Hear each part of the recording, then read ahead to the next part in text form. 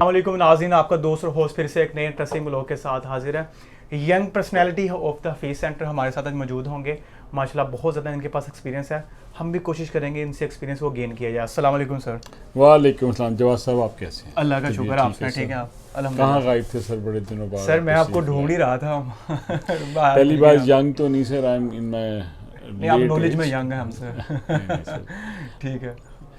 अच्छा, आज basically MacBooks की हम बात करने जा रहे हैं guys. Obviously M1 M2 M3 अभी रैम्स की बात करेंगे। 16 GB में भी आ रही है, 8 GB में भी आ रही है, 32 में, 64 में।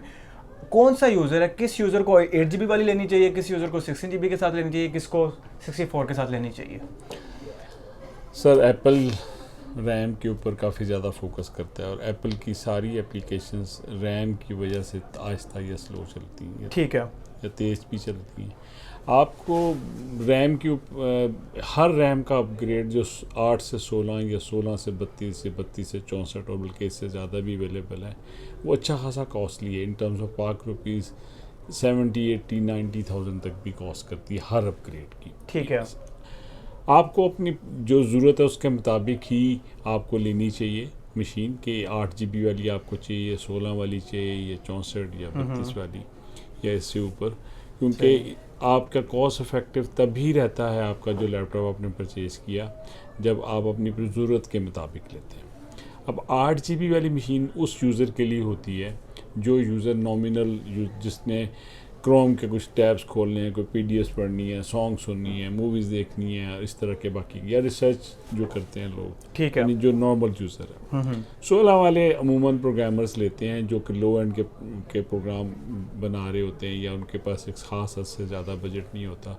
वो 16 GB की मशीनें लेते हैं जिस पे वो एक्स कोड और एंड्रॉयड स्टूडियो, विजुअल कोड और इस तरह की चीज़ें रन करते हैं, और वो रन हो जाती हैं ख़ास एफिशिएंसी के साथ। जो हैवी यूज़र हैं, प्रोग्रामर्स हैं या वीडियो एडिटर्स हैं, उनको 32 या 64 GB की मशीनें चाहिए। ठीक हो गया।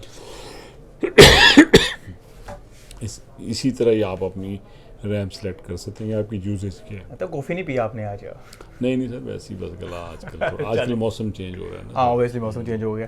ठीक है, ये आपने बता दिया, वो अच्छा गाइड कर दिया। और मुझे बताएंगे 13 इंच और 16 इंच, ये भी एक सवाल होता है यूज़र्स का कि हम 13 इंच में लें या 16 इंच में लें।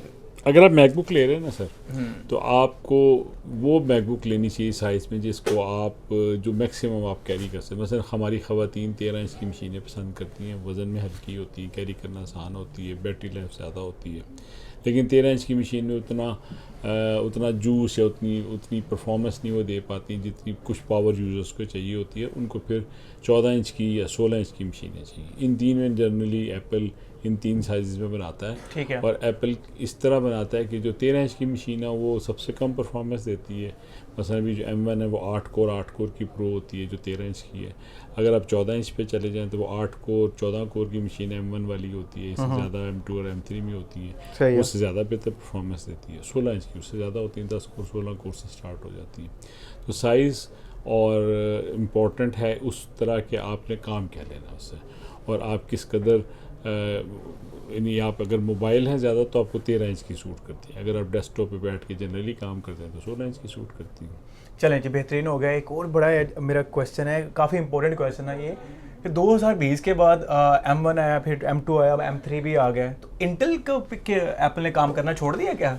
सर इंटेल एक अलहदा कंपनी है जो अपनी जो जनरलाइज प्रोसेसर्स बनाती है जो कि विंडोज़ की मशीनों में भी यूज़ होते हैं, एप्पल की मशीनों में भी यूज़ होते रहे हैं 2020 तक। जी। और बाकी और बहुत जगह भी उसकी एप्लीकेशन है।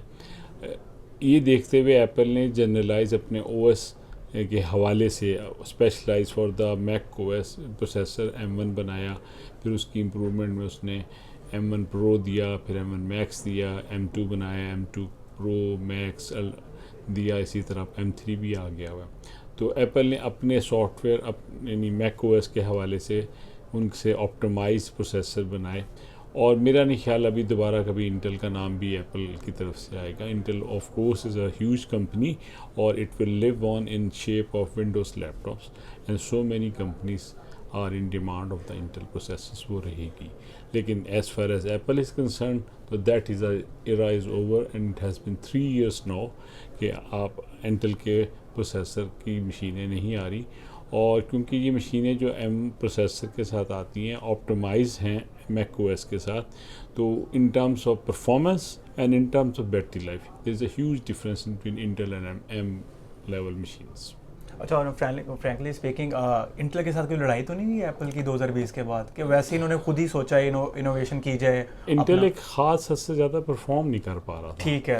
यानी कि i9 के प्रोसेसर भी वो परफॉर्मेंस नहीं दे सकते जो कि 20 मॉडल में आए थे या 19 में आए थे, जो एक सिंपल सबसे लो कैटेगरी का M1 प्रोसेसर दे देता है। सही है। अगर आप उसको कंपेयर कराएं M1 Pro, M1 Max या M2 Pro, M2 Max से, तो वो इंटेल i9 जो कि उसका हाईएस्ट कन्फिगरेशन अवेलेबल थी वो काफ़ी पीछे रह जाएगा परफॉर्मेंस वाइज, एटलीस्ट 100% पीछे रह जाएगा। सही हो गया। और वो अगर एक फंक्शन 1 सेकंड में करता है इंटेल वाला, तो ये मेरा ख्याल है कि कोई 0.25 सेकंड में वही कैलकुलेशन कर लेगा, काम कर लेता है, परफॉर्मेंस में फ़र्क पड़ जाता है। अच्छा, what's the biggest difference between M1, M2, M3? अच्छा, ये एक बड़ी अच्छी डिबेट है, M1, M2, M3 में वो ख़ास डिफरेंस क्या हो सकता है। ठीक है। इन टर्म्स ऑफ परफॉर्मेंस वो तकरीबन जनरल यूज़र के लिए ना सारे बराबर है, M2 हो, M1 हो, M3 हो, लेकिन पावर यूज़र के लिए शायद कोई 10% परफॉर्मेंस इंक्रीज़ हो जब वो M1 से M2 पे शिफ्ट होता है, और मज़ीद 6% इंक्रीज़ हो जब वो M2 से M3 पे शिफ्ट होगा। तो वैसे जनरली स्पीकिंग को ख़ास यूज़र को फ़र्क नहीं महसूस होता, वो चाहे M1 हो, चाहे M2 हो, या चाहे M3 हो। हर M प्रोसेसर के अंदर कुछ कोर्स होते हैं, कुछ ग्राफिक की और कुछ CPU की। वो कितनी कोर्स हैं उसके ऊपर डिपेंड करता है। मसलन जो लो एंड का है प्रो प्रोसेसर, वो 8 कोर का CPU और 8 कोर का GPU, which is more than Intel. Intel में अमूमन जो हाईएस्ट कन्फिगरेशन थी वो भी 8 कोर 4 कोर थी, इसमें 8 कोर 8 ऐसी है। कोर। तो M1, M2, M3 में बहुत ज़्यादा फ़र्क नहीं है। ठीक है। M1 ज़रा पुराना हो गया है, M2 उससे नया आया था, और M3 उससे नया जो भी लेटेस्टली रिलीज हुआ। ठीक है, वैसे फ़र्क बहुत बड़ा है प्राइस का। अच्छा, प्राइस प्राइस इज समथिंग जो कि Apple is very conscious about. जी, Apple does a huge research in developing things, OS and hardware, और वो in terms of आप ही की आप ही की जेब पे ट्रांसलेट होता है। आप देख लें आईफोन पाकिस्तान में तो खैर बहुत ही महंगा है PTA की वजह से, लेकिन बाहर की दुनिया में भी 100,000 यानी 1,000 US$ से अच्छा एप्पल का आईफोन स्टार्ट होता है, जबकि इसके मुकाबले में आप बाकी देख लें, ओप्पो देख लें या वीवो देख लें, वो बहुत सस्ते हैं। सही हो गया। तो हर साल वो जब भी लॉन्च करता है 1000 से करता है। ठीक हो गया। तो एक और बड़ा इंटरेस्टिंग सा क्वेश्चन है, आप सब लोग कैश पे डील करते हैं, कोई बैंक से ट्रांसफ़र ऑनलाइन कर रहे हैं, तो ये क्रिप्टो का आजकल सीन चल रहा है, इसके बारे में आप अगर किसी ने पेमेंट वगैरह बताऊं सर, ये ग्लोबल करेंसी क्रिप्टो ही एक्चुअली फ्यूचर की करेंसी है। हमारी हुकूमतों को बहुत ज़्यादा कन्वेंशनल करेंसी की आदत है, वो उसको इस पे शायद किसी हद तक कंट्रोल भी करना चाहें, but it's out of their control. Okay.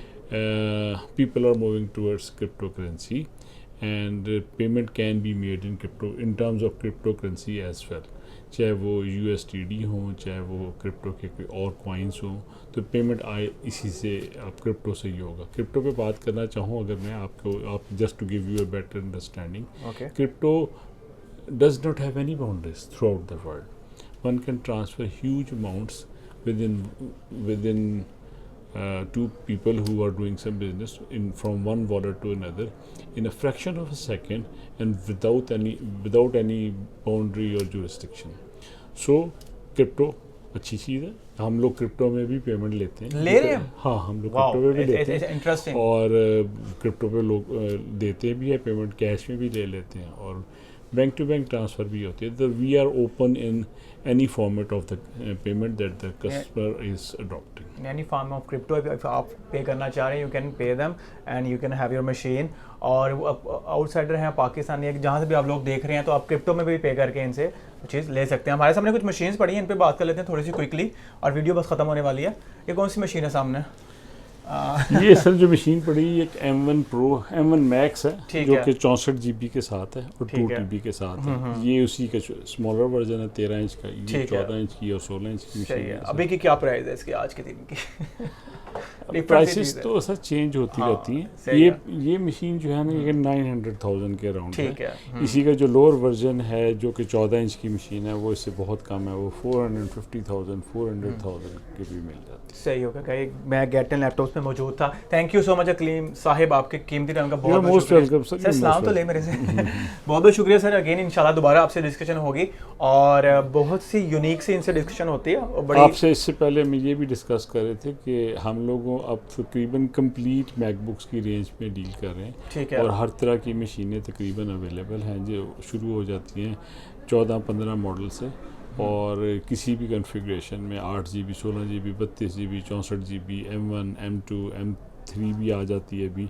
इन सब के फिर M1 Pro M2 Pro Max ये अवेलेबल हैं इस वक्त और अबंडेंस में अवेलेबल हैं। अगर आप इस वीडियो के बाद एक कैमरा में दिखाई दे हमें सारी तो मशीन, आपको महसूस होगा कि इस वक्त तकरीबन hundreds and hundreds of machine of every configuration available है। ठीक हो गया, बेहतर हो गया सर। कहाँ पे मौजूद हैं अपना, हम कहाँ पे बैठे हुए हैं? हम सर इस वक्त हफीज़ सेंटर में बैठे हैं। सही है। और मेरी शॉप का नंबर है LG 96 और मेरे मोबाइल का नंबर है 0333 811 3000।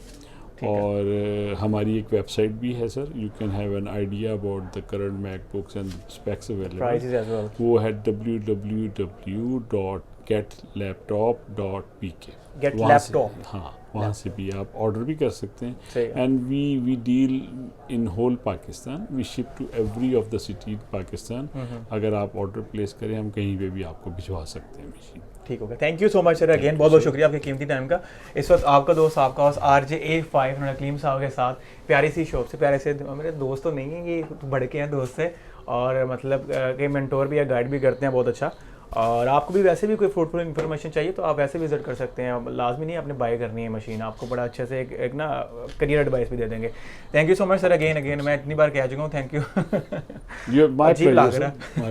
Thank you. इस वक्त आपका दोस्त आपका RJ A5 gate and laptop से हफीज़ सेंटर लाहौर से जा चाहता है। बहुत बहुत शुक्रिया। अल्लाह हाफिज़।